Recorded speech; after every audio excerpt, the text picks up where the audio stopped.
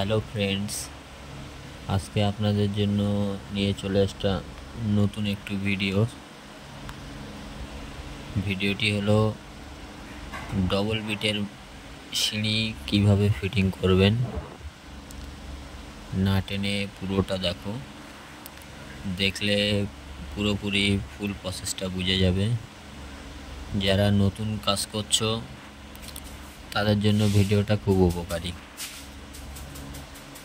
Skip করলে কিছু বুঝতে পারবে না।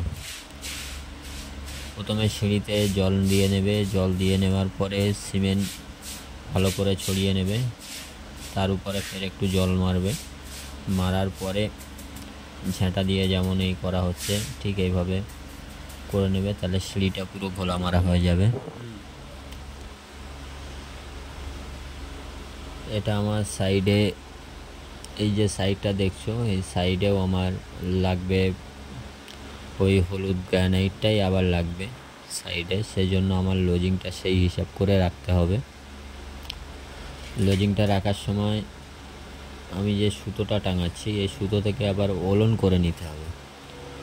ওলনটা এই জন্য করতে হবে যেন সাইডের মালটা লাগালে যেন সাইডের মালটা আমার ওলনে রাখতে পারি আমি। ওলনে না রাখলে হেলে থাকলে বাজে লাগবে, হেলে থাকলে বাজে লাগবে।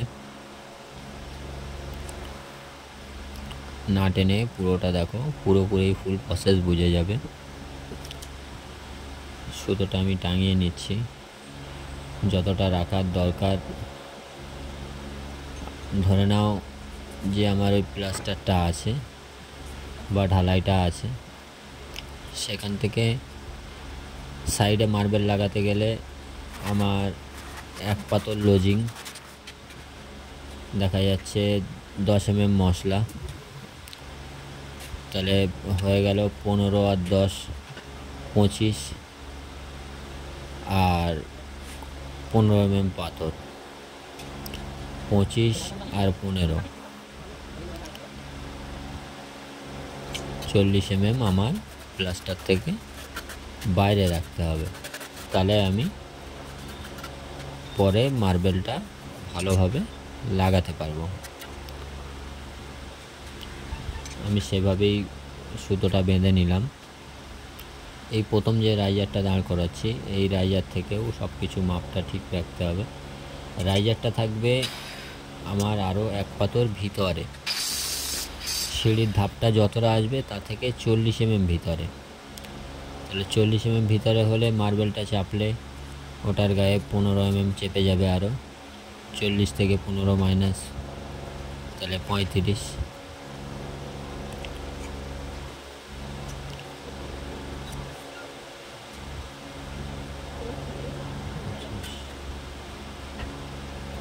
তা 25 mm হয়ে যাবে, তাহলে 25 mm হয়ে যাবে, 20-25 mm এটা আমার বাইরে থাকবে। এটা আমি ডবল বিটের মল্ডিং, তার জন্য এটা আমি বিটটা দিয়ে নিচ্ছি। বিটটা দিয়ে মশলা ভেঙে নিলাম, একবার তো ওলন করে রাইজারটা দাঁড় করালাম, তারপরে সাইডটা মাটামো করে নিলাম ওই রাইজারটা। এখান দিয়ে আরও একবার মাটামটা আমি চেক করে নেব যে আমার ঠিক আছে তো। ঠিক না থাকলে একটু আধটু যদি গন্ডগোল থাকে তাহলে সেটা ঠিক করে নিতে হবে, ঠিক না করলে সিঁড়িটা ঠিকঠাক যাবে না। ওলন করে নিয়ে এবারে ঠুকে দেব। ঘোলা মারার পরে একটু চিড়ে নেবে, যদি ঘোলা কম দেওয়া থাকে তাহলে চেরার পরে আবার ঘোলা দাও, আর যদি ঘোলাটা বেশি মারা থাকে তাহলে চেরার পরে ঘোলা দেওয়ার দরকার নেই, নাহলে ঘোলাটা সব সাইড দিয়ে বার হয়ে যাবে, সিঁড়িটা নোংরা হয়ে যাবে অনেক।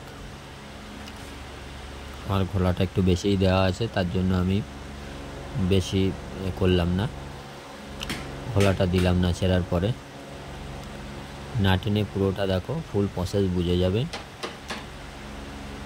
আবারও বলছি, যারা নতুন কাজ করছো তাদের জন্য ভিডিওটি, তাদের জন্য একবার ভিডিওটি পুরো দেখলে সিঁড়ি লাগাতে পারবে, কোনো অসুবিধা হবে না আশা করি। না টেনে পুরোটা দেখতে থাকো। এটা আমি ধাপটা আমার স্টেপটা যতটা চওড়া রাখার আমি চওড়াটা রেখে নিলাম। দেখো এটার রাইজারের নিচেই সিমেন্ট লাগানো আছে।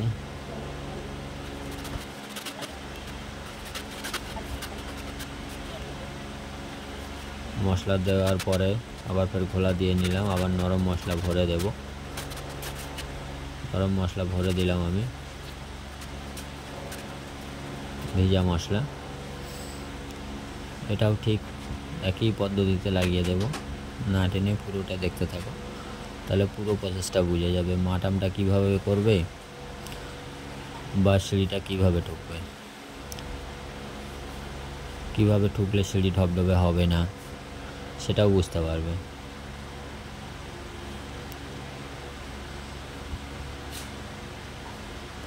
মশলা দেওয়ার দরকার হলে মশলা দিয়ে নেবে।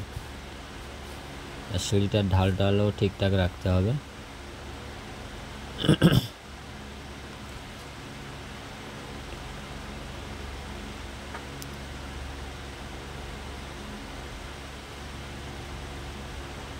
না টেনে পুরোটা দেখো, পুরোপুরি বুঝে যাবে। রাইজারটা ওলন করে লাগাবে, কেউ যেন মাটাম করে রাইজার লাগাবে না। মাটাম করে লাগালে ধাপটা যে একটা ঢালে আছে, রাইজারটাও তাহলে ঢালে হয়ে যাবে।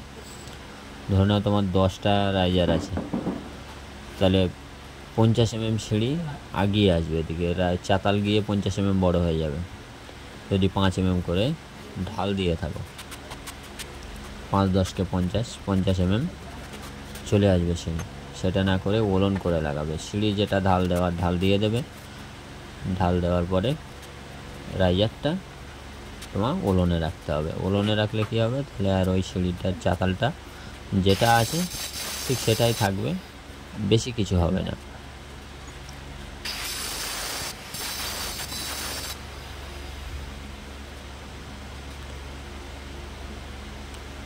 না টেনে পুরোটা দেখো, পুরোপুরি ফুল প্রসেস বুঝে যাবে।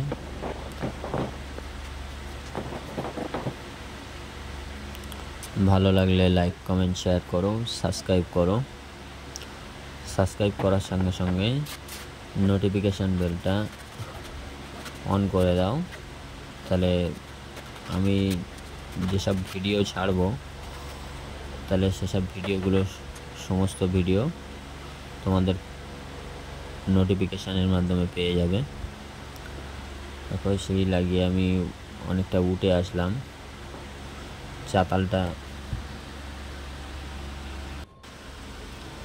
চাতালটাও আমার লাগানো হয়ে গেছে। চাতালটা একদম চৌকোই আছে, কিন্তু চৌকোর মধ্যে আরও একটা স্টেপ আছে, তাহলে ওটা সিঙ্গাড়া টাইপের হয়ে গেল চাতালটা। এটা ওই সেম প্রসেসে লাগাতে হবে আমার, সেম টু সেম প্রসেস। দেখো ঘোলাটা ভালোভাবে মেরে নিচ্ছি রাইজারে, নাহলে শুকনো মশলা দিলে কি হবে, রাইজারটা ভালোভাবে জমবে না। এখন তো সেটিং করে নিয়ে চলে যেতে পারবে, কিন্তু ওটার ভবিষ্যৎ খারাপ।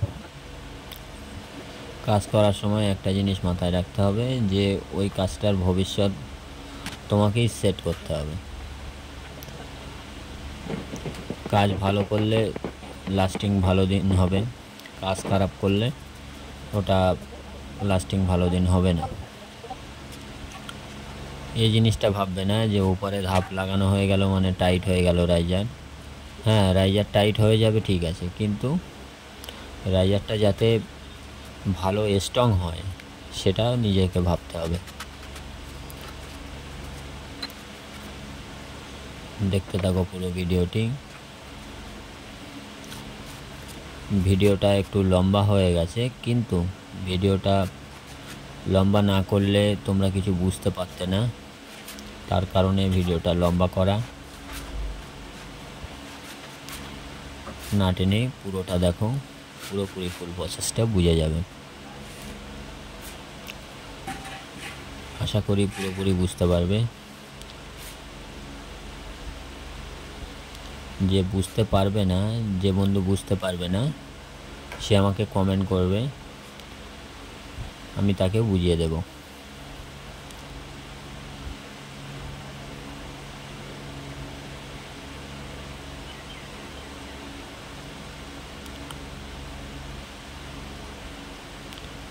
না টেনে পুরোটা দেখতে থাকো, পুরোপুরি বুঝতে পারবে। আবারও বলছি, ভিডিওটি যারা নতুন কাজ করছো তাদের জন্য খুবই উপকারী। মিস করলে সিঁড়ি বসানোর কাজে অসুবিধা হবে। পুরো ভিডিওটি দেখতে থাকো।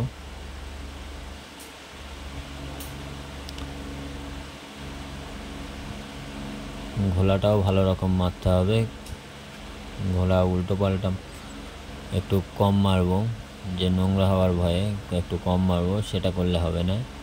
নোংরা হবে, তুমি যে বিটটা রেখে মশলাটা ভাঙছো, বিটে নোংরা হবে, কিন্তু বিটে নোংরা হোক অসুবিধা নেই, পরিষ্কার করে নেবে, তাহলে কাজটা খারাপ করবে না। দেখো, বিটটা রাখার পরে আবার এটা কাপড় দিয়ে আমি পরিষ্কার করে নিচ্ছি। চেষ্টা করবে সবসময় মোটা বালি দিয়ে কাজ করা। এটা আমার অনেক মোটা বালি দিয়েই কাজ হচ্ছে। মোটা বালি দিয়ে কাজ করলে কাজটা অনেক ভালো হয়। আর ফিটিংস করার পরে মোটামুটি 4 থেকে 5 দিন, দিনে 2 টাইম করে ভিজালে খুবই ভালো। এটা আমি উপরের এটা লাগানোর জন্য সুতোটা খুলে দিলাম, তার জন্য আমি ওই ধাপটার মুখের সঙ্গে এদিকটা আমি ওলন করে নিচ্ছি। ধাপটা আমার একটু বড় হয়ে গেছিল, বলে দিলাম যে কেটে নিয়ে আয়।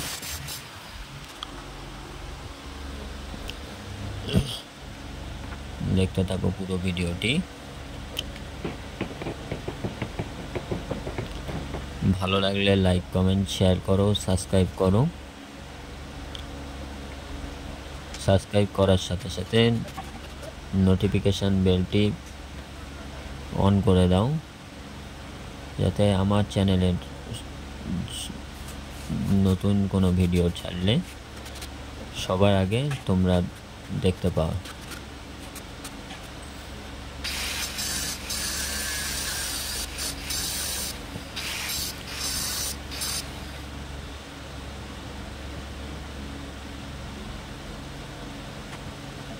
এটা চাতাল। এই চাতালটাই, নিচের চাতালটাই, এটার নিচে যে চাতালটা সিঙ্গাড়া বলছিলাম, সেটা হলো এইটার মধ্যেই দুটো চাতাল, দুটো স্টেপ হয়ে গেছে। ঠিক সেম মাপ, কিন্তু স্টেপ দুটো হয়ে গেছে। এইসবগুলো যখন হবে তখন একটু দেখে শুনে কাজ করবে, কেন কম বেশি হয়ে গেলে ভালো লাগবে না।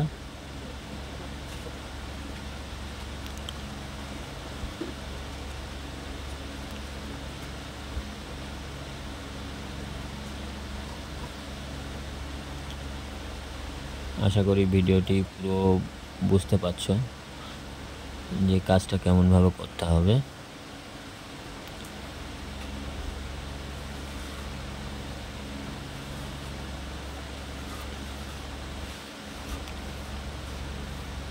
ভালো লাগলে লাইক, কমেন্ট, শেয়ার করো, সাবস্ক্রাইব করো। তোমরা কেমন ভিডিও দেখতে চাও সেটা আমাকে বলবে। দেখো, চিড়ে নেওয়ার পরে আবার আমি ঘোলা দিয়ে নিলাম। ধাপের ক্ষেত্রে অনেকটা ঘোলা দেওয়া হয়ে যাচ্ছিল, তার জন্য আমি দিচ্ছিলাম না। চেরার পরে আবার ঘোলা।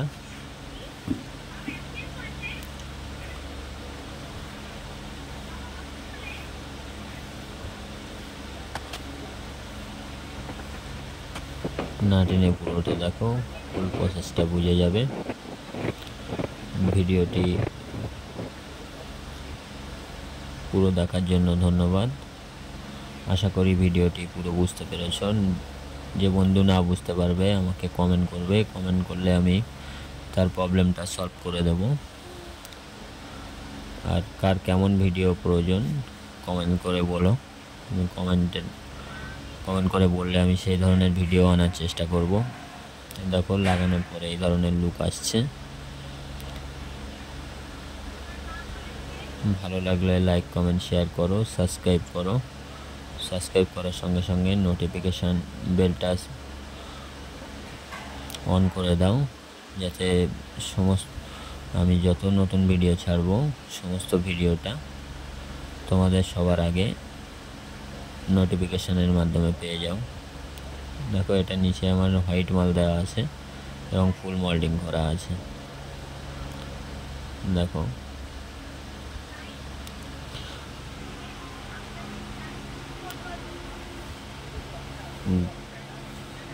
সেইটার লুকটা ঠিক এমন আসলো। সাইডটা লাগানোর পরেও তোমরা একটা ভিডিও পেয়ে যাবে।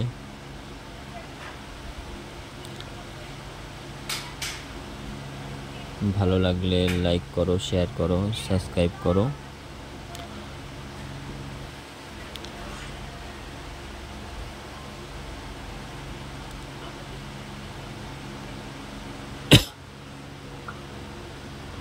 ভিডিওটি কেমন লাগলো কমেন্ট করে বলবে, তাহলে আমি বুঝতে পারবো যে তোমাদের ভালো লেগেছে কিনা।